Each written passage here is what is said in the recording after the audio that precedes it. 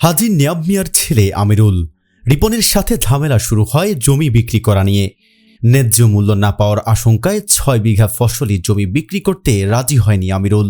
এই ক্ষোভ থেকে পুরো ৬ বিঘা জমির পাকা ধান কেটে নিতে চেয়েছিল রিপন মিয়া। পুলিশের সহায়তায় ধান উদ্ধার করা গেলেও রিপন বাহিনীর রোষানল থেকে বাঁচতে পারেনি আমিরুল। তুচ্ছ ঘটনা দেখিয়ে তাকে ৩৫ লক্ষ টাকা জরিমানার নামে চাঁদা দাবি করে রিপনের আদালত। ৭ দিনের মধ্যে টাকা না দিলে বসত জমি বাজেয়াপ্ত হওয়ার শঙ্কায় ব্রাহ্মণবাড়িয়া পুলিশ সুপারকে লিখিত অভিযোগ দায়ের করেন আমিরুল। এই অভিযোগের ২ দিন পর মিথ্যা মামলা দেখিয়ে আমিরুল ও তার স্কুল পড়ুয়া ছেলেকে ১৭ দিন জেল খাটিয়েছে রিপন মিয়া। জামিনে বের হয়ে আসার কয়েকদিন পর বাজার হতে ফেরার পথে আমিরুলকে সন্ত্রাসী হামলা চালিয়ে ২টি পা ভেঙে দেওয়া হয়। এরপর রিপন ও তার বাহিনীর নামে মামলা করেন ভুক্তভোগীর ছোট ভাই মনির হোসেন। এজাহারে রিপন ১ নম্বর আসামি থাকলেও নবীনগর থানার ওসির পরামর্শ, রিপনকে বাদ দিয়ে মামলা দিলে বাকি আসামিদের তারা গ্রেফতার করবে। ভাঙ্গার পরে আমি বাদী হইয়া মামলা করতে যাই নবীনগর থানায়। ওসি মাহবুর আলম কিন্তু করে আসামি করাতে মামলা নিয়ে নেই। ওর নামটা কাইটটা আরেক নাম পয়সা দিছে। তখন আমি কইছি এটা কি করলেন?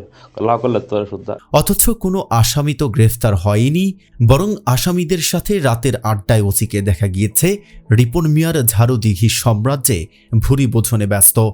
দীর্ঘ ৮ মাস যাবৎ আমিরুল চিকিৎসাধীন থাকলেও বৈষম্য বিরোধী ছাত্র হত্যা মামলায়, যাত্রাবাড়ি ও বাড্ডা থানায় মোট ৫টি মামলায় তাকে আসামি করা হয়।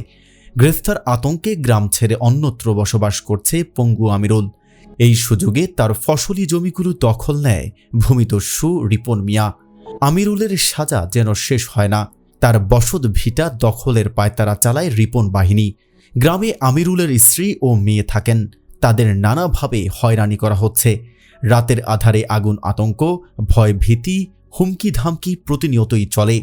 সবশেষ গত ২০ রোজার দিন আমিরুলের গোয়াল থেকে প্রকাশ্যে ৪টি গরু নিয়ে বিক্রি করে দেয় রিপন বাহিনী। আমিরুলের স্ত্রী বাজার পর্যন্ত গিয়ে বাধা দিয়েছে গরুগুলো ফেরত নিতে, উল্টো তাদের মোবাইলগুলো কেড়ে নেওয়া হয়েছে। নিরুপায় হয়ে নবীনগর থানা পুলিশকে অভিহিত করেন আমিরুলের মেয়ে ও স্ত্রী। বাড়ি ফিরে দেখেন তাদেরই ঘরে তালা ঝুলিয়েছে রিপন বাহিনী। নিরুপায়ে তারা কারোর সাহায্য না পেয়ে গ্রাম ছাড়তে বাধ্য হয়। তাদের দোষটা কি?